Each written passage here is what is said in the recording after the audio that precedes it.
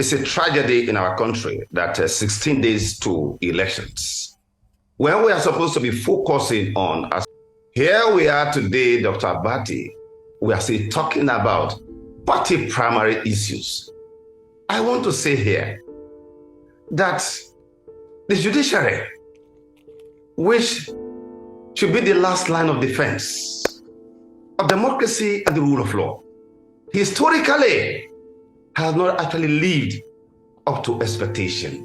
We now impose or give a candidate to a political party, and where such things happen, it means that the court will have to campaign for that candidate. Therefore, what has happened is a tragedy for us, our democracy, to blossom, to be nourished. It must be noted. The first assault. It has never been this bad. Never. And I'm telling you, any sensible Nigerian, whether you even support the Tinubu's presidency or APC, you will be worried by the turn of events in this country. Everything is going down. Someone called Olusegun Obasanjo, the ex-wife president of Nigeria, as being a dictator who did not allow the rule of law and all that to happen. But see, in this government, we have seen it all. The worst has happened. Even the courts were so active after Olusegun Obasanjo left power. It probably did not institutionalize corruption and evil. That's how people like Olusegun Mimiko and then Adams Oshomole, all of them became. Of course, remember that Olusegun Obasanjo was still in office when Peter Obi became president. He probably had let a few. But you see this APC government, everything that they collect. And these are strong messages being sent. The Oyetola's victory at the tribunal against Adeleke, right? This is not Labour Party. That was PDP being defeated there.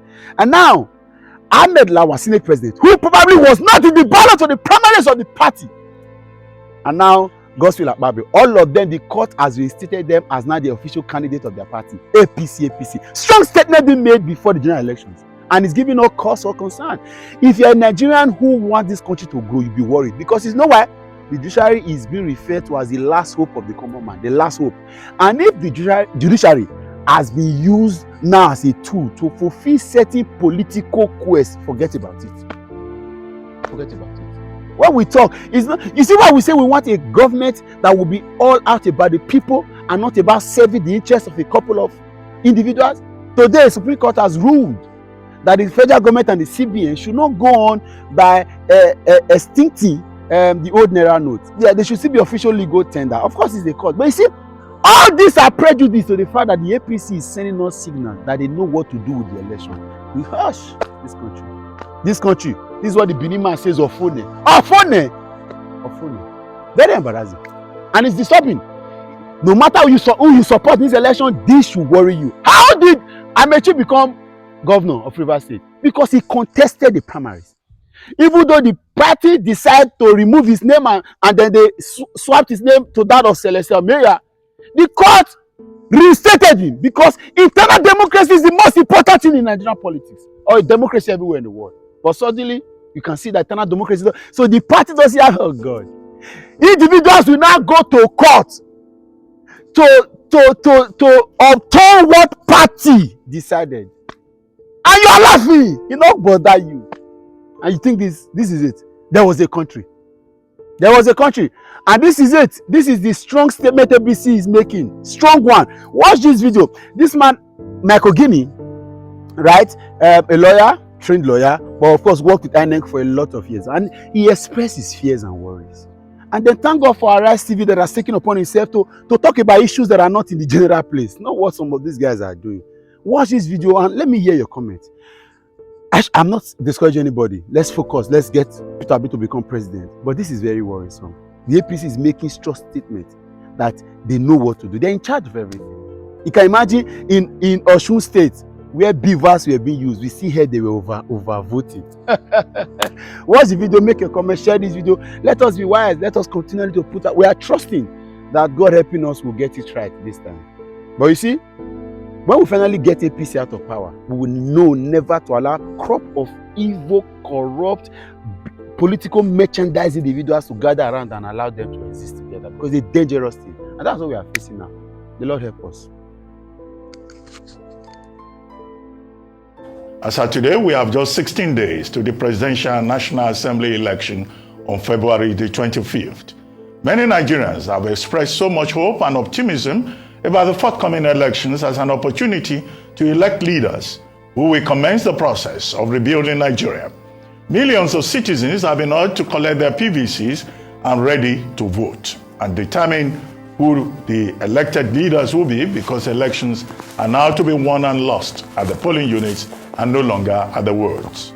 However, the role of the judiciary and the kind of judgments delivered so far on matters of outcome of party primaries have been issues of serious concern to Nigerians, who are wondering whether our judiciary can truly defend this democracy if individuals who didn't participate in party primaries are declared candidates by courts, and such matters declared as domestic affairs of political parties.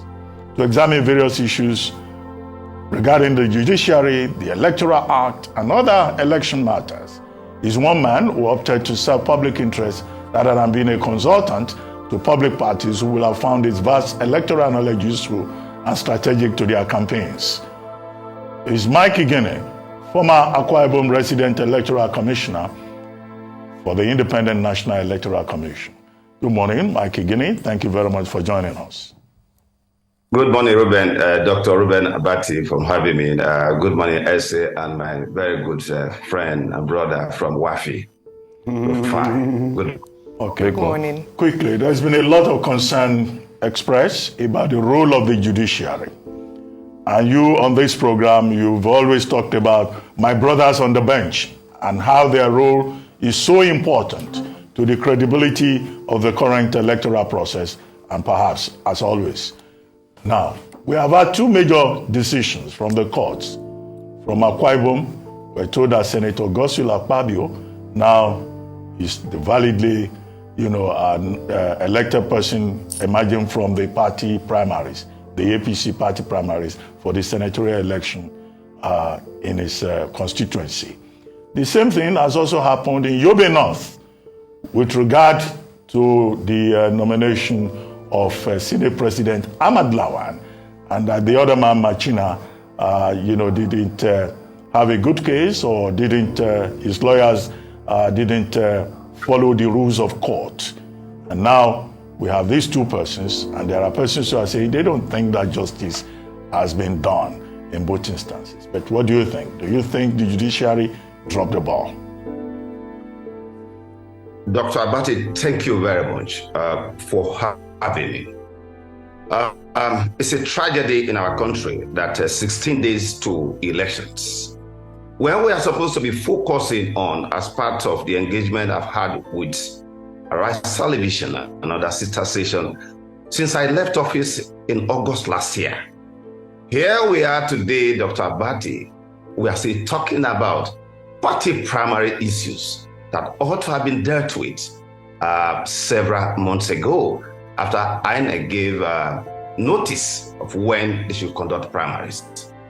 And I also want to thank you for also reminding Nigerians of the fact that my cry, my battle cry about my constituency, it is historical. It's been a very long time. It is not about just the two cases you mentioned. How the rain has been beating us when it comes to my sector. And I've declared severally in written form before I went to INEC at a much even younger age that I have been carrying my placard in my heart, that one of the things that made me to say I must study law is that when I see unfairness, when I see injustice, I felt that studying law is the best way to help to deal with that. Now, with respect to a judgment you've just referenced, Dr. Abati, look, it is not today. I want to say here that the judiciary, which should be the last line of defense of democracy and the rule of law, historically has not actually lived up to expectation. Remember, by way of a short context, that even the first election we had, the 1959 pre-independence election. How did it go? Results were still being counted, but returns were made. Remember, in 1979, when we had the so-called 3rd of 19, look at what happened. The courts, the judiciary itself, after delivering that type of judgment, the Apex Court said it should not be used as a precedent. Why should it not be used as a precedent? Remember, Dr. Abati, that in 1983, our own, well-respected icon, one who aspired most of us, Pa Awo, after the 1983 election, when he was asked whether he would go to the tribunal, Pa Awo said he was not going to go to the tribunal, that he had no confidence in the judiciary. That was Papa Awo who said so. In fact, I don't want to quote the exact words that he used, because this is a system we want to build. But people should go and read what Pa Awo said about our own judiciary. And that is when I began to have fear, even though I was still saying I was going to study law. Recall, Dr. Abati, that the June 12 crisis that we had, what happened? Of course, look at how the judiciary itself, Justice Ikpemen, truncated it from that different court order everywhere, which of course one of the senior advocates also tacitly referred to yesterday in your program that I watched. Eventually, when through an unsigned letter for the annulment of June 12 on the 23rd of June 1993, the government of the day, the military, declared that they had to annul the June 12 to avert judicial anarchy. Everything was put at the doorstep of the judiciary. Also, recall that in 2007 here, where the presidential election ballot paper were not serialized, what happened? This matter went to the court. Eventually, the Apex Court declared, the election to be valid. It took Yaradua, the president of the blessed memory, God bless him, who acknowledged that that election was flawed. Recall, I was on various television stations. I wrote that 2007 election, without the ballot paper serialized, ought to be annulled. But what happened? It took a vote, just vote of one justice of the Supreme Court, to affirm such a process that represents the lowest level of democratic discredit of any democracy, and that happened. Now, I narrowed, I give this context so that when I speak with some level of the pain from history, because at the time when the journey of Nigeria and the prospect of democracy, this democracy we fought for, was less certain, people like us who were detained in various places in this country, many died, and that is the reason why at every given point in time, my victory is for due process. Now, this is where we are.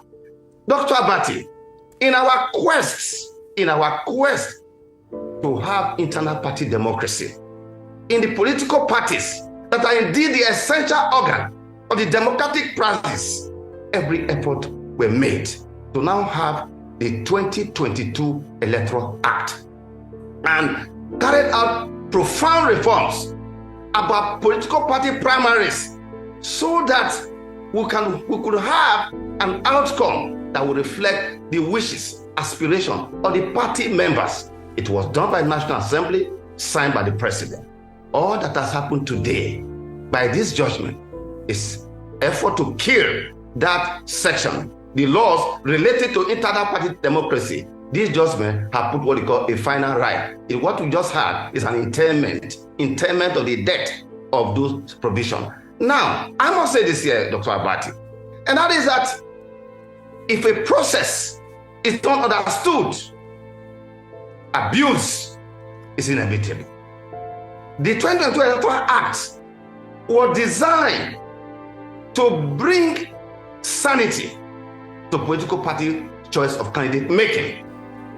And that is why all the provisions of the Repeal 2010 Act, with respect to the jurisprudence that followed, are now completely inapplicable with respect to the 2022 Electoral Act.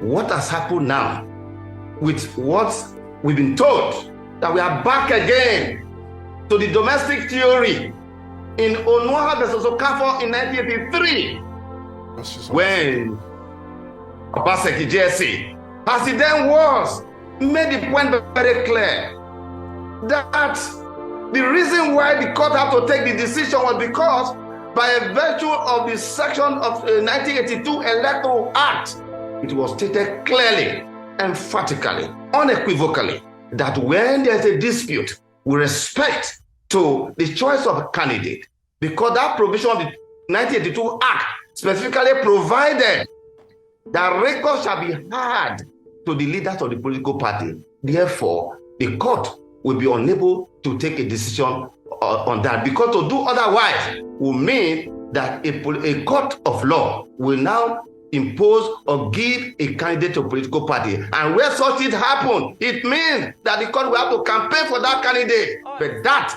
was with respect to that provision. Please, I just want to conclude on this contextual background, because today will be the last day I will speak on this matter, so that we focus on key issues that are coming. Therefore, what has happened is a tragedy.